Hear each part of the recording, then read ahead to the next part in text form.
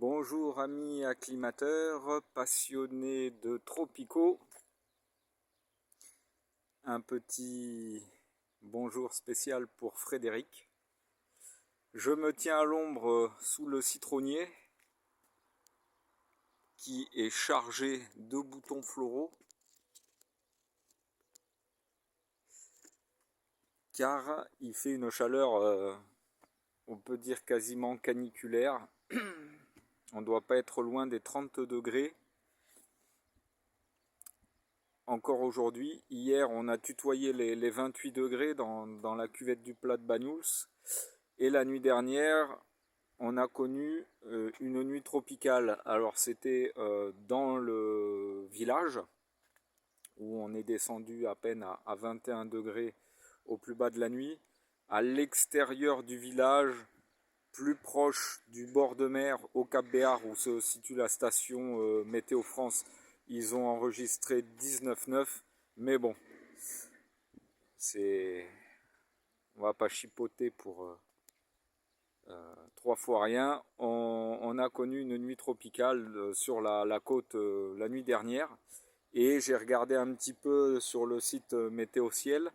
Je suis remonté jusqu'au mois d'avril 1980. Je suis remonté à plus de 40 ans en arrière et jamais on avait connu une nuit tropicale sur le mois d'avril. Il y avait déjà eu des nuits où on était monté jusqu'à 17-18 degrés, mais jamais au-delà des 20 degrés. Bon alors, ça va booster la végétation et surtout les tropicaux, enfin je l'espère. En tout cas, on n'a pas trop le choix, il faut commencer à apporter de l'eau en complément.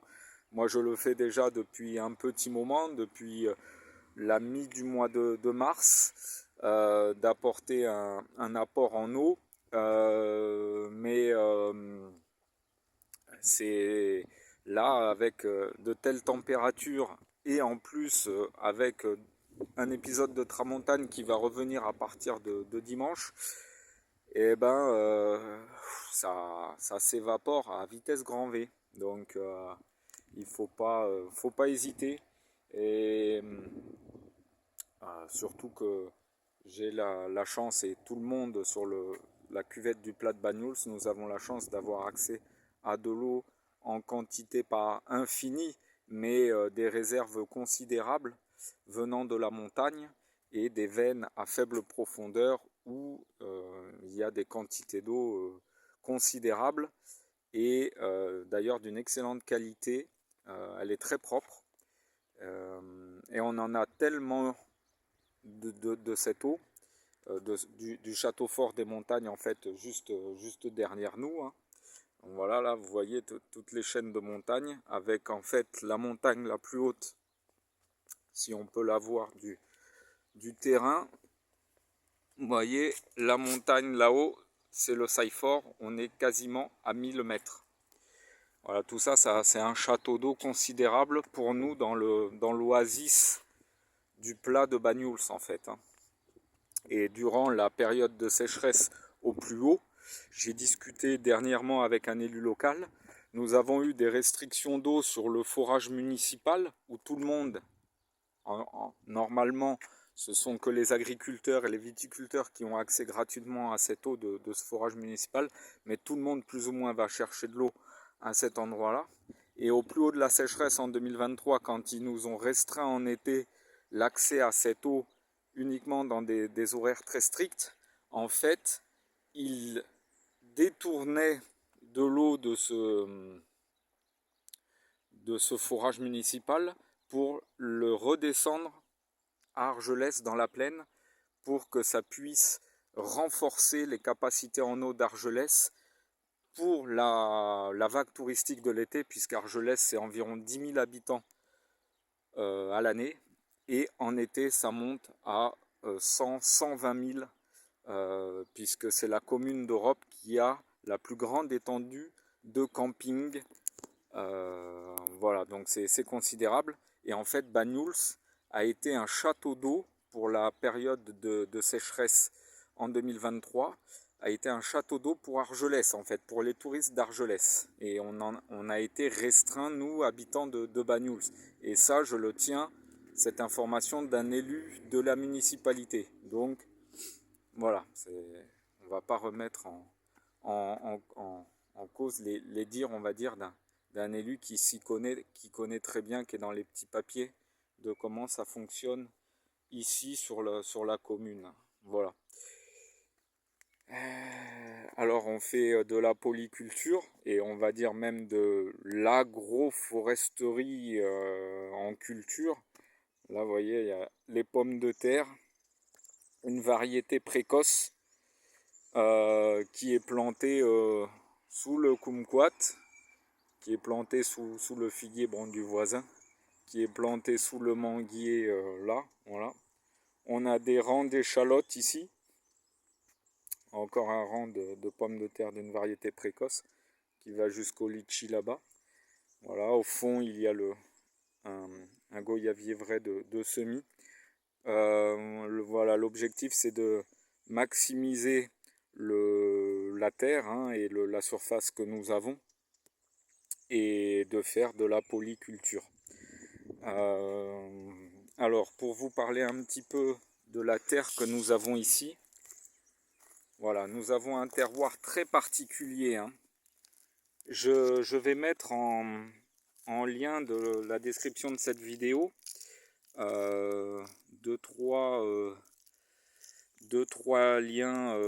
Et bien le lien on va dire de la définition du petit Larousse entre guillemets de ce que c'est qu'un oasis. La chaîne de l'oasis tropicale, j'ai choisi ce nom puisque quand on lit la définition littérale de ce qu'est un oasis, eh bien Banyuls est un oasis.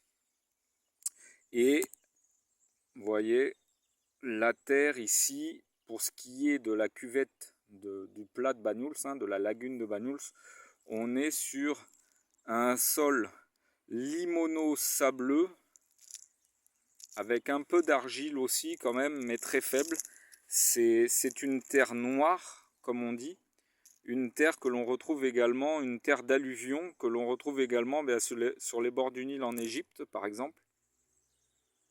C'est une terre qui est apportée par les crues successives des lits des rivières ici, qui aujourd'hui sont à sec la plupart du temps dans l'année, mais qui avant coulaient pratiquement toute l'année pour la Baïorie par exemple. Et maintenant elles sont à sec la plupart du temps, mais de temps en temps, quand il y a des orages très forts, eh bien, les crues sont extrêmes, ça monte très vite et puis ça inonde. Ce qu'il faut savoir ici sur ce terrain, c'était en 2014, si je ne dis pas de bêtises, quand il y a eu la crue de la Baïorie en 2014, sur ce terrain ici, il y avait pratiquement 1 mètre d'eau au-dessus de la terre. C'est difficilement imaginable, mais pourtant ça a été le cas. Donc nous avons cette terre noire, limono-sableuse, qui est extrêmement drainante. Elle retient également quand même l'eau aussi. Voilà, par exemple, j'ai arrosé les échalotes il y a 4 jours et c'est encore bien humide. Alors ça retient et en même temps ça s'assèche aussi très vite, ça forme une croûte en superficielle, mais ça retient aussi l'eau et c'est également relativement drainant. Ça devient du caillou en fait parce que bon c'est pas une terre lourde, c'est une terre fine, c'est une terre très fine, extrêmement friable et chargée d'alluvions. C'est une terre extrêmement riche, il y a quasiment tout qui pousse là-dessus, voilà. On est vraiment béni ici, je dirais, à Banyuls. Alors, il y a d'autres endroits certainement en France métropolitaine où il y a des terroirs similaires, mais je pense qu'ils sont peut-être pas non plus très très nombreux. Donc c'est un sol qui est également avec un pH acide, Moi, j'ai pas fait de relevé, mais un voisin de potager, de l'autre côté, dans mon potager, il a avec des bandelettes, il a fait le test de pH et il m'a dit qu'il avait relevé 5,5. Hein. Donc, on est sur une terre acide en plus. Acide, extrêmement drainante, limono-sableuse. Par exemple, c'est l'idéal pour la culture du bananier. Voilà. C'est quand on lit des articles scientifiques ou on va dire du monde de la production du bananier, donc des articles agro sur le, on va dire agri-agro sur le bananier, c'est clairement le terroir qu'il faut pour cultiver les bananiers. Et bon, ça a l'air de se vérifier dans le réel, hein, puisque ça c'est un rejet donc d'orinoconin que j'ai planté au début du mois de mai de l'année dernière. Donc ça va faire un an qu'il est en terre. Bon, évidemment, je l'arrose généreusement en été. Il a eu sa fumure au pied, mais voilà, il a déjà un rejet, de très belle taille à côté. Donc voilà, il se place vraiment très bien. Et la période de repos végétatif, elle a été sur une petite fenêtre, je dirais, de mi-décembre à, à début mi-février cette année. Euh, alors, il y a quand même pas que des bons points non plus, mais par exemple, ce manguier Kent greffé sur Gomera 3, jusqu'au début du mois de mars, il était très bien. J'avais fait une vidéo d'ailleurs un peu récapitulative sur l'hiver à ce moment-là. Tout s'avérait plutôt bien pour ce manguier. Et en fait, au courant du mois d'avril, il a commencé à montrer des signes euh, pas de moisissure, mais voilà, d'avoir des taches noires. Vous voyez là, c'est complètement sec. Et c'est ce fameux champignon qui touche les manguiers, hein, qui est l'anthracnose, si je j'écorche pas le nom, qui s'attaque au manguier et qui fait que ça devient noir. Alors, comment faire? Enfin bon, voilà. Là, sur la pousse d'ici jusqu'au bourgeon apical, là, en fait, c'est ce qui a poussé durant la saison dernière. Et cette partie-là, donc à partir du démarrage de la pousse du printemps dernier, c'est noir. C'est noir et c'est quand même très bien attaqué. Alors, ce qui me permet d'être assez optimiste quand même, c'est que sur le bourgeon apical, beaucoup de petits bourgeons s'étaient formés durant le mois de février. C'était très, très prometteur. Et puis, le courant du mois de mars, les choses se sont aggravées et, ça a tourné un peu en eau de boudin. Mais ce qui me permet d'être assez confiant, c'est qu'il y a quand même le bourgeon apical central et un petit sur le côté qui ont l'air de quand même vouloir percer et s'émanciper. J'ai quand même des doutes. Il est relativement bien attaqué. Et je ne sais pas si ça va pas être problématique pour son développement durant la saison qui vient là. Donc voilà, c'est pas, il y a pas non plus que des points positifs. Bon, là il y a l'avocatier Carmen Haas. Il fait quand même autour des panicules floraux de nouvelles petites feuilles. Donc ça c'est plutôt bon signe. Parce que lui il a perdu tout son feuillage de serre dans lequel il était depuis qu'il est né. Il a perdu quasiment tout son feuillage.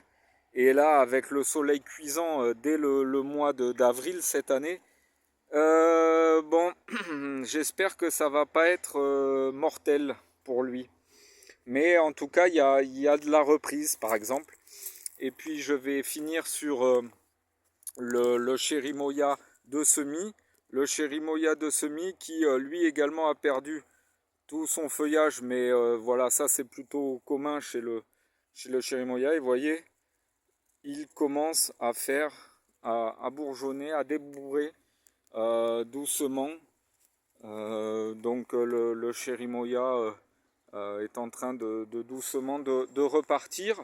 Pour et pour un début de mois d'avril, c'est plutôt assez précoce, assez encourageant sur le Chérimoya. Voilà.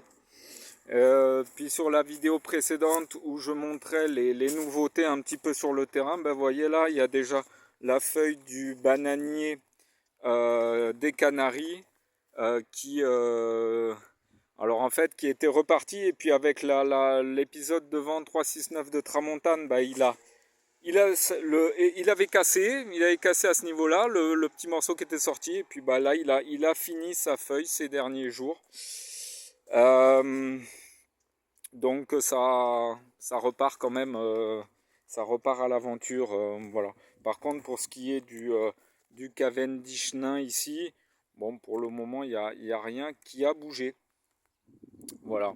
Et puis là où j'étais assez surpris, c'était le débourrage très précoce des goyaviers. Et donc là, on est sur un goyavier vrai de la variété citron, goyave citron, qui fait des petites goyaves jaunes, très parfumées, apparemment. J'ai jamais goûté, mais on verra. Ça a débourré très tôt sur le mois de février, et puis en fait, sur le mois de mars, ça a stagné. Et ce n'est que là, depuis fin mars, début avril, que ça repart vraiment bien, en fait. Voilà. Donc lui aussi, c'est pareil, il a perdu tout son feuillage, puisqu'il était en serre il a été en serre pendant des années, celui-là, hein, parce il est pas tout jeune quand même. Il a perdu quasiment tout son feuillage de serre. Et voilà, j'espère. Bon, je pense que pour ce qui est du goyavier, c'est certainement moins problématique que pour, par exemple, les avocatiers, c'est-à-dire d'avoir le tronc, les branches à nu, exposées au soleil direct en été. Je pense que le goyavier, c'est beaucoup plus résistant à cette problématique, par exemple, que les jeunes avocatiers. Voilà, voilà. Et puis pour finir, une petite note odorante, eh bien l'oranger Washington Navel, qui, voilà, que j'ai mis en terre en début d'année là. Alors sur un greffé F35, si je dis pas de bêtises, puisque pour mon sol ici à tendance acide, euh, c'est meilleur. Enfin bon, je sais qu'il y a des porte-greffes sur les agrumes qui sont meilleurs pour les sols calcaires et d'autres qui sont meilleurs pour les terrains acides comme le mien. Mais voilà, je ne suis pas un expert. Mais en tout cas, j'ai demandé, c'est la pépinière vessière, hein, j'ai demandé à avoir pour un sol acide. Et donc, on m'a donné le bon porte-greffe par rapport à le pH de mon sol. Il est chargé de boutons floraux. Voilà, là, c'est sûr qu'il va y avoir quelques fruits déjà, je pense, dès cette année. Et que je vais peut-être en conserver un ou deux, en sachant que je vais quand même bien l'alimenter tout l'été. Donc il ne sera pas à l'abandon sous le soleil et dans le stress hydrique. On va prendre soin de lui. Et voilà, une vidéo un peu plus complète et puis bon, avec ce phénomène climatique encore assez nouveau pour Banyuls, hein, c'était du jamais vu, une nuit tropicale à 20 degrés sur le mois d'avril. C'est quand même à noter. Et des températures qui fleurent presque les 28 degrés. Voilà, pour un début de printemps, c'est quand même, ça commence à fond. C'est une année, à mon avis, on va vivre des choses extraordinaires parce que les tempêtes, les coups de vent, les pluies abondantes, le soleil généreux, des températures très hautes pour le moment, la complète, comme on dit, œuf, jambon, fromage, on a la totale en ce début d'année 2026. Voilà une vidéo un peu plus longue de 20 minutes, mais j'avais envie de partager avec vous un peu plus d'observations, un petit peu plus de points. Et voilà, c'est aussi ça l'objectif de la chaîne, d'échanger un maximum, même si en ce moment, j'ai un quotidien et une vie bien chargée où je dois être sur plusieurs fronts.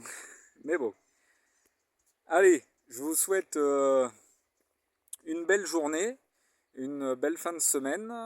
Portez-vous bien, prenez du plaisir dans vos démarches, en tout cas c'est le but. Et de le faire avec passion, avec le cœur, avec le meilleur de ce que l'on a en tout à chacun. Allez, je vous fais des gros bisous. Et puis, portez-vous bien et à très bientôt. Et vive les tropicaux!